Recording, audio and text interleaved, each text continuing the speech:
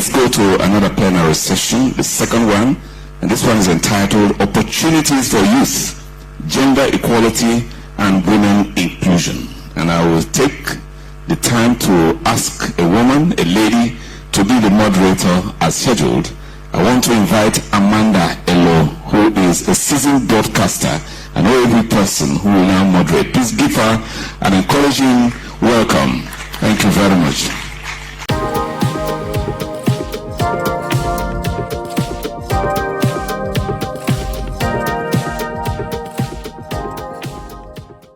Amanda, you're welcome. Thank you so much for being here as early as you did. Thank you very much. Do not mind my shoe. It's a gossip on its own. Hello. Good afternoon, everyone. I am Amanda Eloma Obuagwa. I choose to go with Amanda Elo. I think it's easier for a lot of people. Let me start by saying greetings to His Eminence, Cardinal Naikon, and to every other person here. I'm standing on existing protocol, all protocols duly and respectably observed. Thank you so much for being here. Thank you so much. I need to say this. I am delighted to be in a gathering of youths who are change makers, bold, wise, enterprising, and most importantly, ordinary youths. Ordinary youths who are doing their best to make Nigeria conducive for themselves. I see you all, and I appreciate your presence here today. Thank you so much for coming.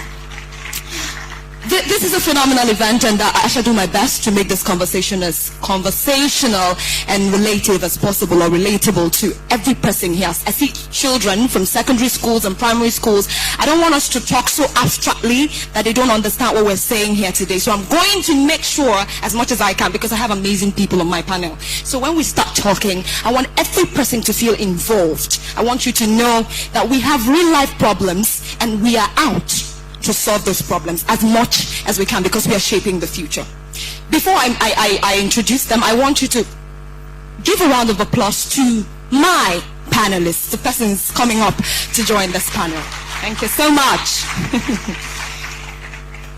Okay, so because my Lord the Archbishop already mentioned that the youths are leaders of today, I'm glad that the persons who I'll be talking with today are youths. Like youth, real life youth. You know, when you say youth, like young people like you and I. I have Augustine Achu. I want him to come up and tell you who he is by himself. That's how I want to do it. Augustine Achu, you're welcome. Please, a round of applause for him.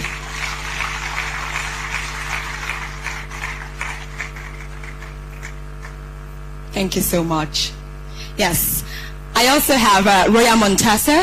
Roya Montasa is the lady of the moment, apart from Hafsat, actually. You're welcome. And finally, I have Godfrey Emorilebo. You see how he's dressed like a tech guy. That's what I want here. I want us to have conversations, real life conversations that affect us. Thank you so much for joining me this afternoon. And while we're at it, I want to say thank you to Boys Champions. This is not easy. This is amazing. Because if we want to make boys better, if we want to make women better humans, I think we should start by the kind of men we train around us. If you have good men, then women do not have to fear for their lives or fear for anything. Yes, I feel so. So I'm glad we're having this conversation today. Thank you so much for coming. We are the panel with the responsibility of 3 distinctive and broad topics, very complex topics. And if you listened, the Archbishop already gave us a warning. Yes, he warned us before we started. We're talking today on opportunities for youths, gender equality and women inclusion. Very delicate topic, and that's what we're going to be doing. Now, before I delve into the topic, I'd like you to introduce yourself, Mr. Augustine Achu. Who are you? Let them know, please. Good afternoon, everyone, and thank you for sticking around until now for this conversation, and I hope the panel and the rest of the program will be as interesting as the first panel was. My name is Augustine Achu, Augustine Chidera Achu.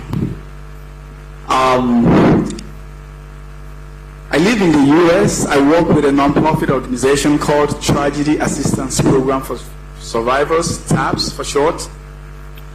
We provide babies emotional support for those grieving the loss of a loved one in the US military. But on the other side, I am on an international program where we try to bring...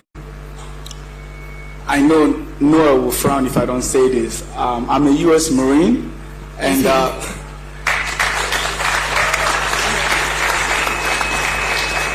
and also, as we have touched upon here, education, very importantly, if you have noticed, is an ongoing process. Someone said it's actually life itself.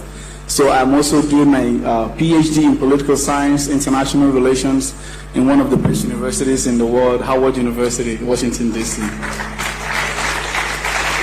Thank you so much. I hope one day someone would say Nnamdi Azikiwe University, one of the best universities in the world, and we keep moving on. Thank you so much for that. Roya, let's have you. Hello everybody, ladies and gentlemen. My name is Roya Al-Muntasir, and I'm from Libya. I've worked back home on different causes such as youth empowerment, empowering the private sector and entrepreneurs, empowering women, and conflict resolutions and dialogues in Libya. I met Noel in India, and from all the places, and I was honored to be invited here and to be amongst you today, and I'm looking forward to this fruitful discussion. Thank you, everybody. Thank you so much, Roya. And over to you, Godfrey. Hello, everyone. So, I feel like I'm the only Nigerian based in Nigeria in this panel. I'm here too. Look at me. So, my name is Godfrey Libo. I run a tech startup called Curiosity Exploring.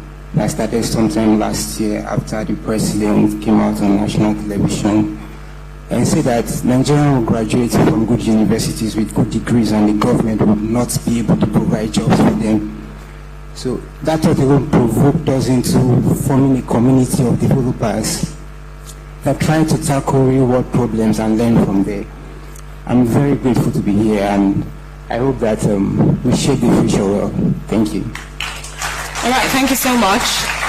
So we're starting with opportunities for youths, and I think you all were chosen here for a reason, because you are change makers. You're already doing something, right? And so the very first question we have here is, how have we provided seats for the young people at the table? I wish we had like a politician here, because I really want to ask that question to a politician. But let's start with all of us here. We have a tech guy, we have a woman empowerment person, we have you who's empowering different youths in different parts of the world. Now, when we talk of empowerment, I think Chike asked that question, what do we even mean by empowerment? So how have we provided seats for the young people at the table? It could be metaphorical. What have you done for the youths so far? What should we put into consideration as far as putting them on the table is involved? So, well, I know I'm not towing Dr. Nkechi's, Professor Nkechi's line on politics, on who is a politician. I know I am not a politician by profession. I read political science. I'm studying under political science and all of those things. Before I left Nigeria, I was really active in politics. If you know my roots, you will understand why I said that. But I am sure that creating a space, or getting the youth to the table, demands a particular thing which we can actually decipher and break it down into different things. And what does that mean? It's engagement. The youth, we have been used to this idea that was forced upon us.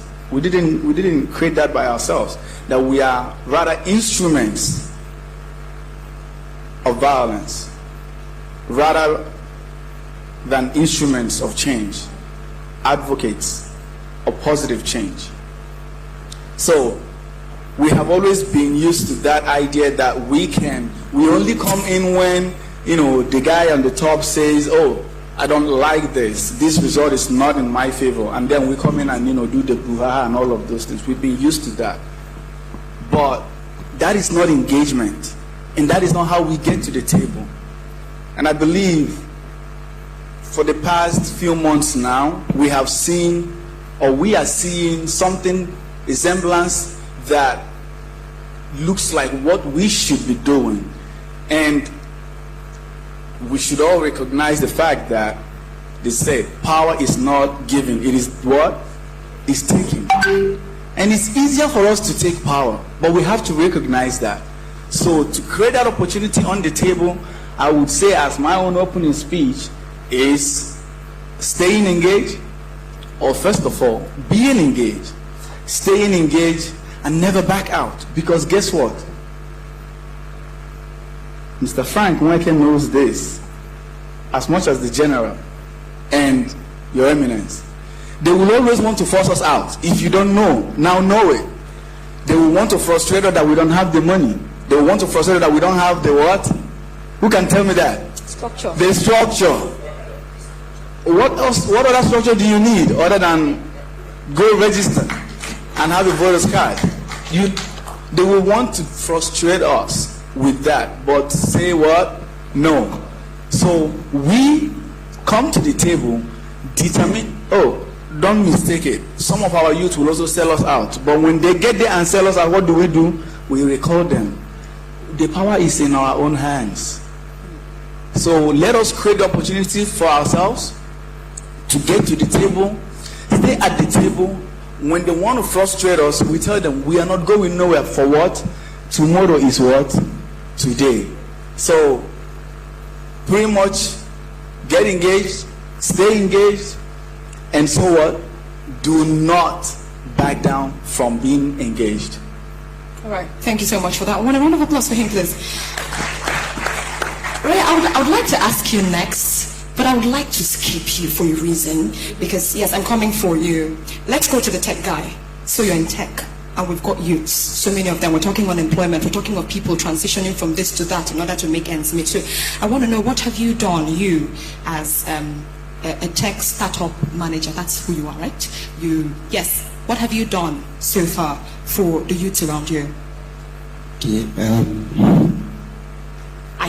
I think that's the best question anybody has asked me in a while. Oh my God! So, alright, so sometime last year, the president came out on national television and said, you graduate from Nigerian universities and have good degrees and the government will not be able to provide jobs for you. And it hit me personally because I have a lot of friends. I kind of grew up in the north, and then I started working in Lagos first, and then I worked in Onitsha too. So I have a cycle of friends around the country. And so I spoke with my co-founder, he's sitting somewhere behind though, and I asked, how do we be part of the solution? How do we come in now and try to solve problems? Because at that point, I was working for like 3 companies. I'm head of research and development for a New York company called Yokumbo. And then they are saying in Nigeria that you will not have jobs even if you graduate from school. So what's that? So we created a Google form. That's how we started trying to solve the problem. We created a Google form that said, hey, you want to be part of a group of a community of people that don't care about your current level of education, your age, the skin color you have, or whether you're smart or not smart. You want to be part of this group of developers, then sign this form and let's form a community. And in less than 3 days, we had 283 people sign up from 27 out of the 36 states in Nigeria, and about 6 other foreigners from Africa and then Europe. And it was amazing because initially I didn't think we would have that kind of number. I was thinking like 10, you know. So from there we started from the very rudiments. In Sound of Music they say that the best way to start is to start from the very beginning. And that's where we started. So the concept of HTML, CSS, JavaScript, the things you need to be a programmer. So that's how we started. And we kept going. But now in the context of solving real world problems. So if we want to learn something, we look at a problem in society, and then from that point we start asking ourselves, what do we need to know so that we can build this? And we keep building until we get it to finish. So that's what we've done. Okay, and that's impressive. Thank you so much. Round of applause for him, please. Amazing. Roya, you work with women, right, as far as empowerment is concerned. It is one thing to be a youth, and it is another to be a woman who is a youth. I don't want to add black. Let's leave that part. But let me ask you, how has it been for you as a woman who is trying to empower other women? What do you see? How does it go for you, and how does it go for those women you're trying to work with? Well, excellent question. Thank you, Amanda. I can say that it's not easy. It's not easy being a woman, first, and then being a woman who is ambitious, a woman who wants to build a career in a culture, because my culture and society is similar to yours, so I understand the struggles, or at least some of the struggles. I think that it's important for women to inspire and to also be empowered to make the change, whether it was in a company or as an influencer or as a activist in the society. And I will start by saying a real life story that I'm basically one of the see, I told you. Yeah, I feel you. I am the one woman in my company that is ahead of the department. Wow. The youngest. Now that's not easy. You would think people trying to make assumptions about how you got there or how you are in the place that you are. Yeah. But don't let that affect you. You got there because you deserve it. You got there because you are worth it. And I think it's very important to highlight the importance of boys and men to support this, because I think this is it's a very interesting thing to discuss gender roles in general, because you see, it's not just a fight for women, it's also a fight for men, because you see, hi guys, you have sisters, you have mothers, you have daughters, so that's also a fight for you and your family and your loved ones for you to make. And I think that the idea of educating and enlightening boys and men to support that cause is very, very important. And I think it starts with communication and fruitful dialogue, because that's how it goes. It's not an argument between me and him. It's not that's not how you resolve or go to a conclusion that is effective. The dialogue should go as a communication, a conversation that we both wish to conclude to something that will help us both to hold our places in the society. And I think this is the key. This is the key to how this should work and to make a successful, result of the conversation. Okay. So I'm going to, a round of applause for her, please. I'm going to move to the next one, which is basically gender-based violence and all of that. But like I said, I'm interested in persons here understanding what we're saying. And there is somebody here who's watching this who's saying, I want to be like Roya. There's somebody watching right now who wants to be like Augustine. There's somebody looking at the tech guy who wants to be like the tech guy. So before we delve into gender, because it's always a buzz boost thing, before we delve into gender talk, I want each of you to maybe tell people just quickly some of your greatest challenges in your field and how you were able to surmount these problems and you're standing tall today. Let's start with you, Augustine. Well, in my field, I'm in a lot of fields. Pick one. And when you let me just put it out there. When you are in the military, when they say field, it's really wild out there. But in the real wild world, it's always a field, right? And the challenges that I faced, that I am still currently facing, because some of them, they come in different shapes and forms. They remain the same, and they are peculiar to each and every one of you. I was like you. I'm not going to lie to you. Don't be deceived by this. I was somewhere like you before I got to this, and that's what I always tell people. If I can get to this, it's only a matter of time and the right calculations. So why I'm saying this is because since 2008, I have been in tertiary institution.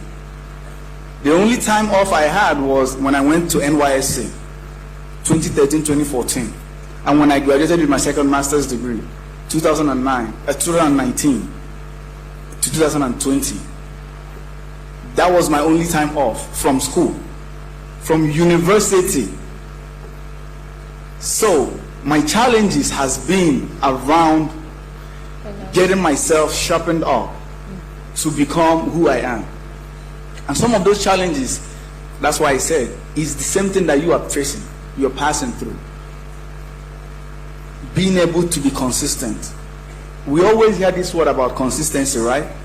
But it is not easy to demand of yourself to be consistent. I can easily say, come on, can you be consistent for once? If you say you're going to do this, why don't you do it?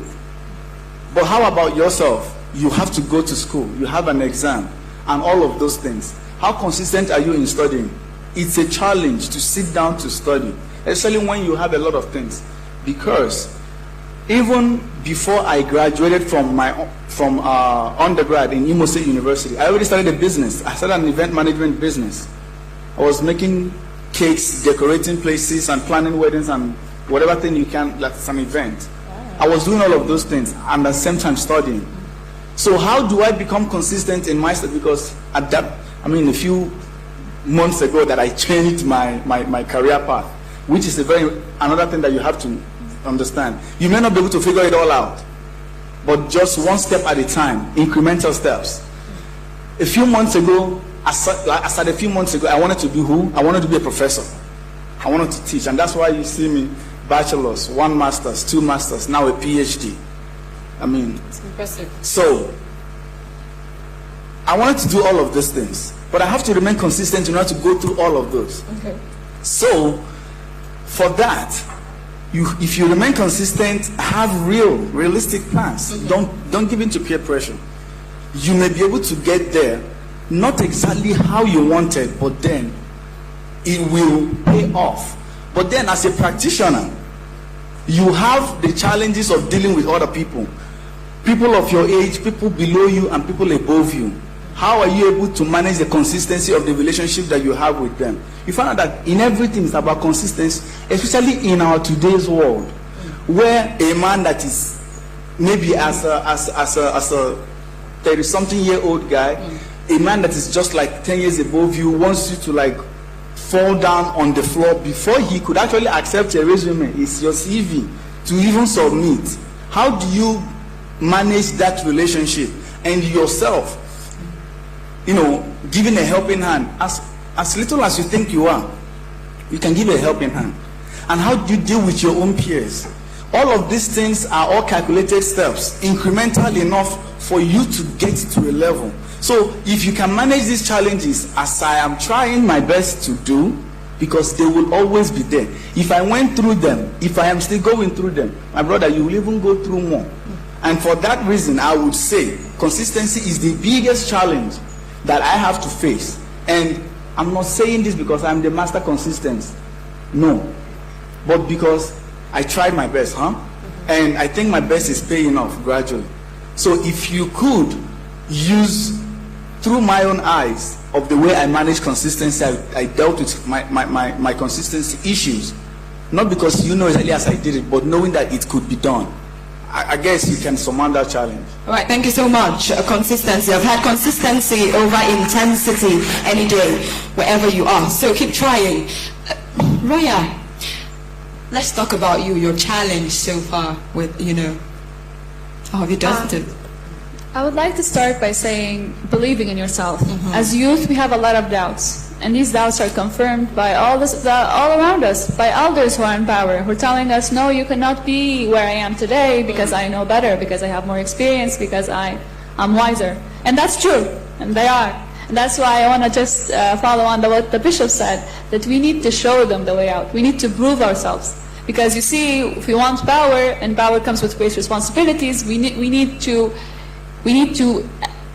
prove that we are there, that we can lead.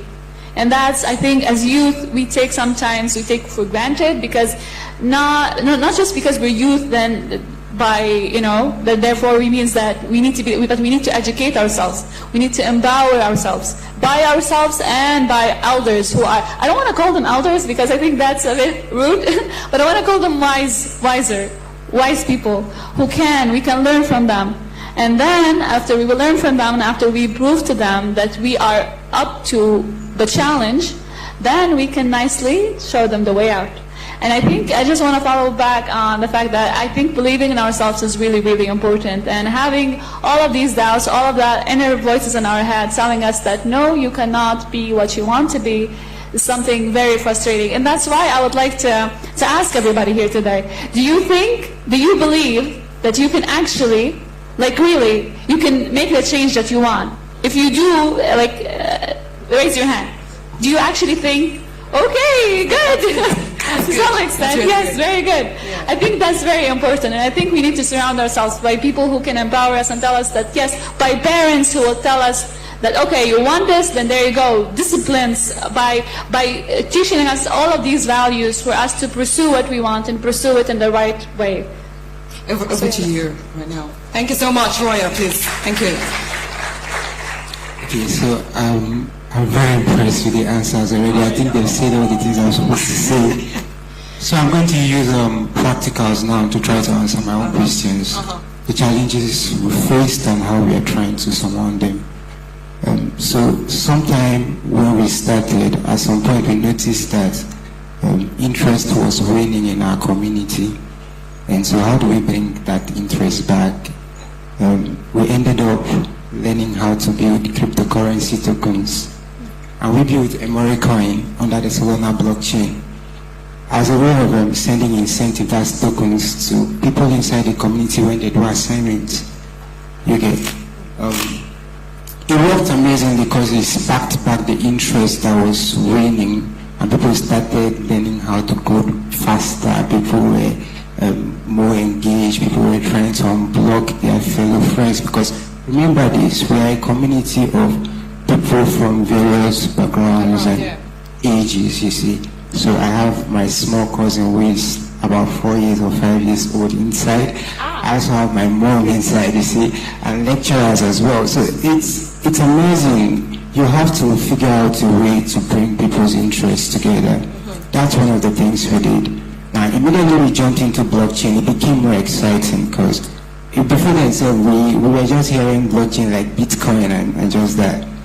But once we got there, we started seeing that the world would become a better place if more applications were built on the blockchain, because it's more trustworthy, it's more transparent. And so the next thing we started doing was thinking about how to migrate applications that were already built into the blockchain.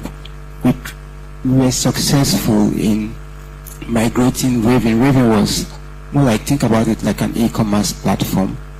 Well, we were able to migrate it into Web 3.0, which makes it a blockchain application. And how that works and the advantages that has it's mind-blowing, because now a shop owner inside the platform owns his or her account. So depending on your rating, your reviews, your history, and the things your goodwill you have and all, you can decide to sell your shop. It is your own, so you have freedom. The next thing we did was we looked at a chat platform we were trying to build and learn from. We called it Explorer. And the Explorer, I think about it like something like WhatsApp. But we now decided that these new skills we've learned, which is the blockchain thing, let's try to add it into this application. And what we ended up doing was build an application that your chat can become a story. You own your chat, so your chat can become a story. Instead of WhatsApp and probably selling out those your chats, you have the right to sell it yourself. So if you think that the content you generate makes a whole lot of sense, you can click a button and make it into an NFT. What NFT is non-fungible token, and for that reason, you can sell it out. Like, if you feel like it, you see, you can sell it out and be like, hey, so is there anyone interested in this kind of story? I have a story to sell. And you can sell it and get money from it. Your own money, not us now, not like the organization, like what WhatsApp does. And a third, and I think this is the biggest thing we are doing right now, is so we own the YouTube channel. Of course, we were training people. Why shouldn't we? And in that YouTube channel, there were sessions where we do tutorial videos, and we also owned another part, like a playlist, where we talk about issues in Nigeria. Remember, we were provoked into existence when the president said, you will graduate and government will not be able to provide jobs for you. So we had this session, this playlist up, where we talk about issues in Nigeria and how we feel we can use the power of tech to solve that problem. And on one of the videos, we talked about the election system in Nigeria, how the way it's structured and the way it's built, it's not right for a lot of reasons. Number one, why will you finish election in Nigeria and you have to wait for 3 or 4 days before collisions happen, when a JavaScript function can do that with just one line of code and in a split second? And then you expect all the vice chancellors to go to Abuja in this bad road. I traveled from Abuja to here and we were knocked, like they hit us like 4 or 5 times. Our bumper is broken, we are trying to fix it. The roads in Nigeria are terrible. Now, how do you expect, what happens to those vice chancellors that are coalition officers when they are traveling on that route? Like, it was not making any sense. And so we had this video of trying to reach out to INEC and say, hey, so we think the current system you have is not very good. We might be able to do something better if we translate this into a Web3 platform, because it becomes more trustworthy, it becomes more transparent. It is on a blockchain, so everybody sees exactly what is happening. Here's the funny thing to it. Like, in less than 2 days after that video was up, our YouTube channel was completely dropped, suspended. And we reached out to YouTube and said, hey, so we've not broken any of your rules yet. Can you bring back our channel? Because even though, if you might have issues with that video, there are other videos that we've put in so much manpower to build, and people are actually learning from it from across the world. Can you bring back our channel?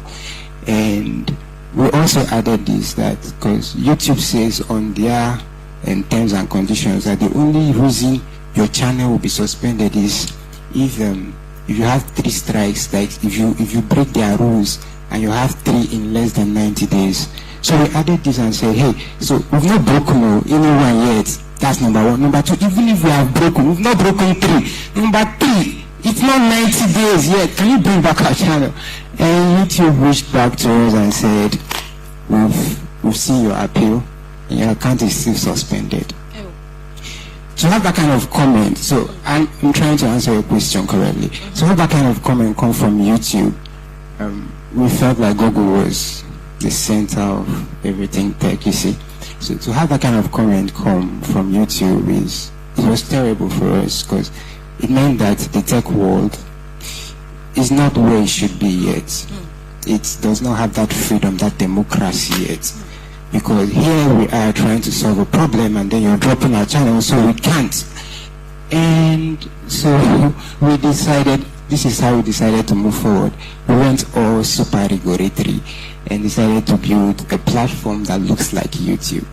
We are in the process of doing it. We know it's heavy, we know it's big, we know that it's too much work for us, but come on, why shouldn't we? At least we should give it a try and give it the best shot we can. And we are doing an amazing job there, because it has more important things than what I think the current YouTube has, because you as the account owner of a channel on the platform will have the rights to do everything.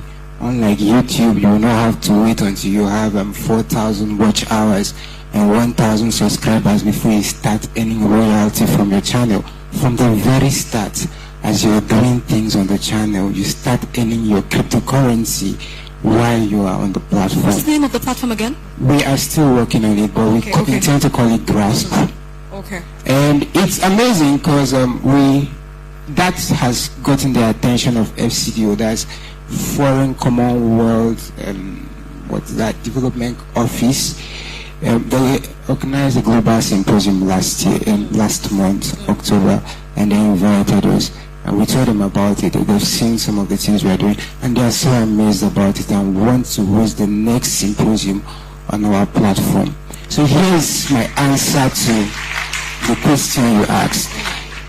More challenges always comes, like it always comes. You have to have the mindset that makes you get used to those challenges. Like, let your mind be such that, okay, they will come. The beauty of living is, how do you keep growing from them and learn from it? Okay. That's my answer. Thank you. All right, thank you so much.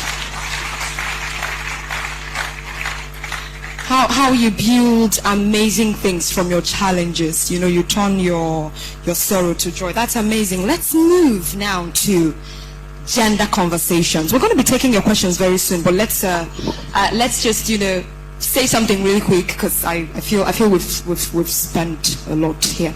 Quickly, we're talking about gender, we're talking about the boy child, we're talking about the girl child. We've had women accept some things. I was in a car the other day and a woman said, see, if your man cheats, it's not a problem. The problem is he should not show you who he's cheating with. This person is comfortable with this life. Yes. And she was telling me that. We've had women tell men, you don't cry, you don't do this. And these things are part of the problem, foundational issues. I want us to quickly, please, because we do not have time, each and every one of us, how do you think we can end violence and discrimination against women? That's it.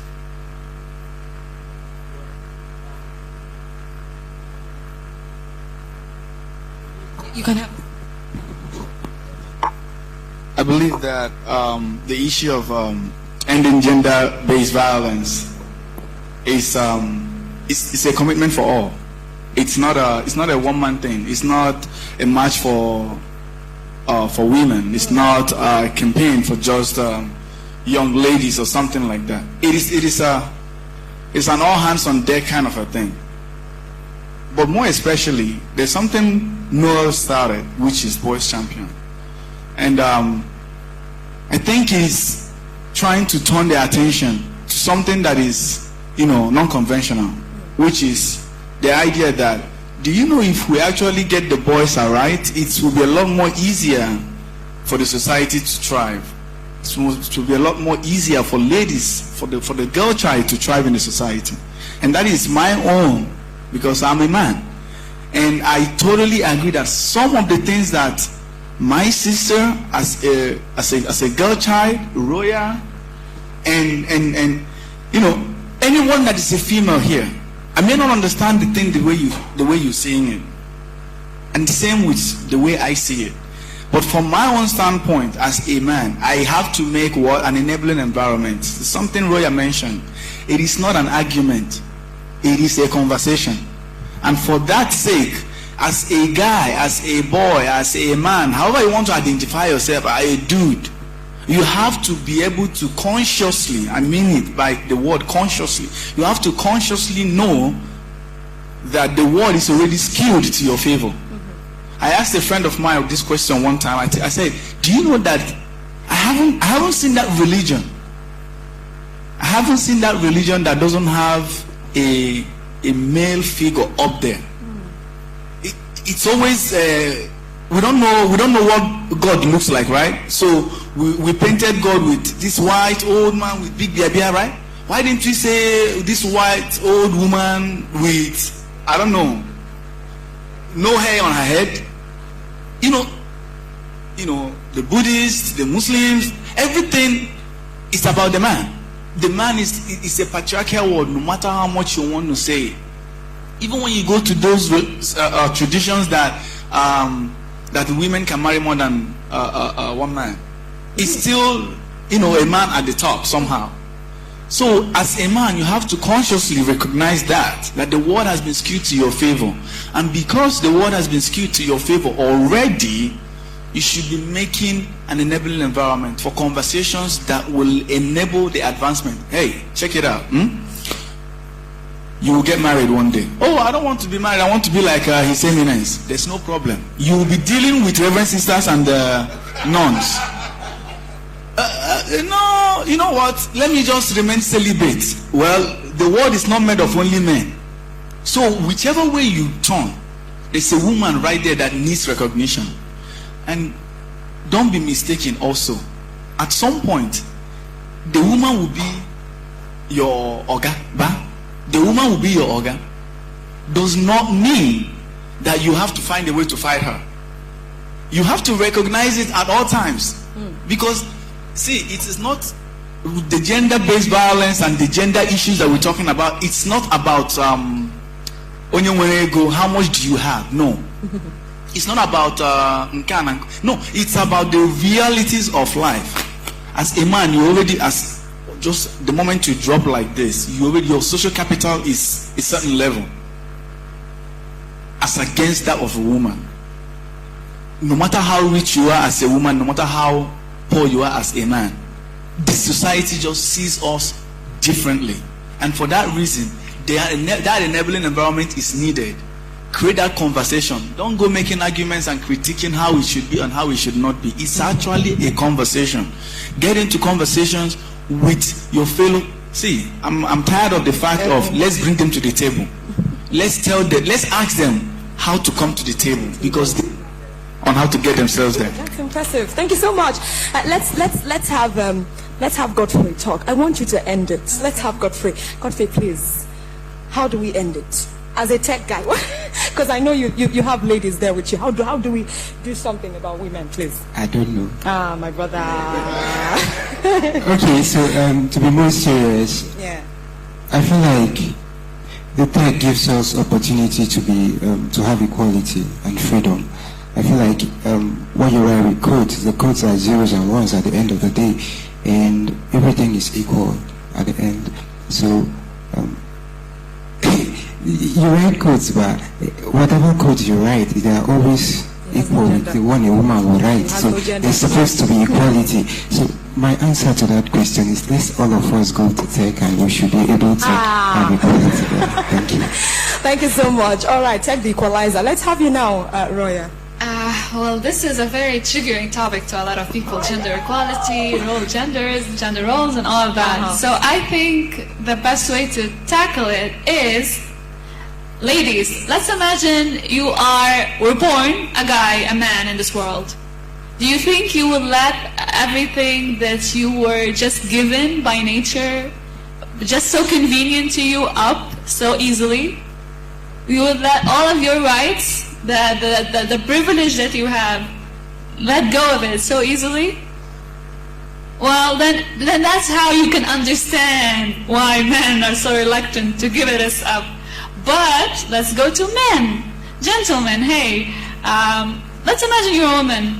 How would you deal with all of your rights being questioned, all of your day-to-day life being, scrutinized and questioned and minimized, your basic needs being asked if they're needed or not for you, and all these questions? Would you be okay with that?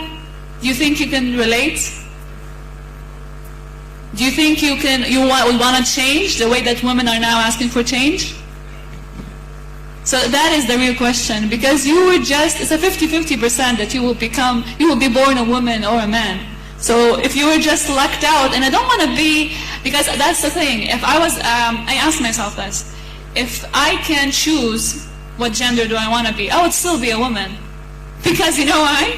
Because I think that if I was a man, I would be so privileged and so blinded by that privilege that I would not see. I don't want to say an idiot, but I will, borderline.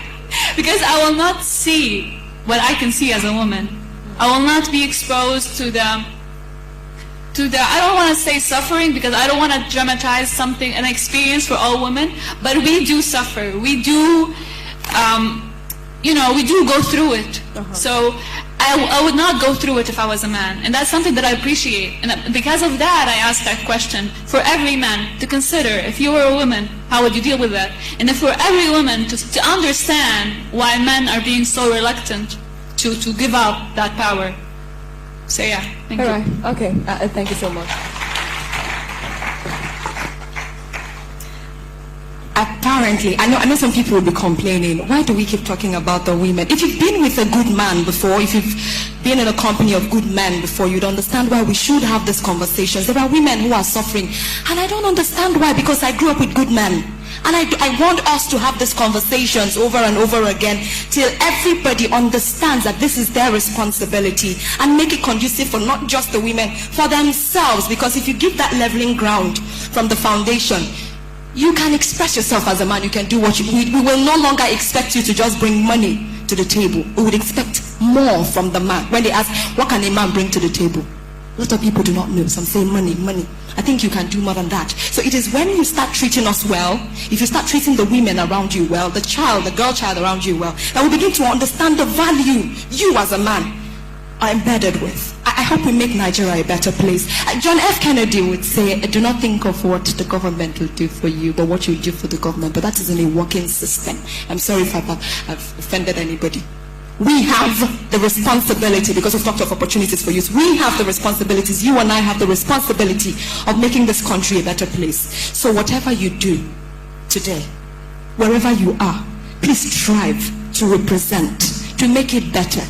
All right, because we would have the next group of leaders emanate from us, and if we don't make it better for them, nobody will make it for us. Thank you so much for joining us here, and I thank my panelists. It's been amazing having you here. Thank you so much for joining me. Once again, I am Amanda Elo, and I want you to enjoy every bit of this conference. God bless you.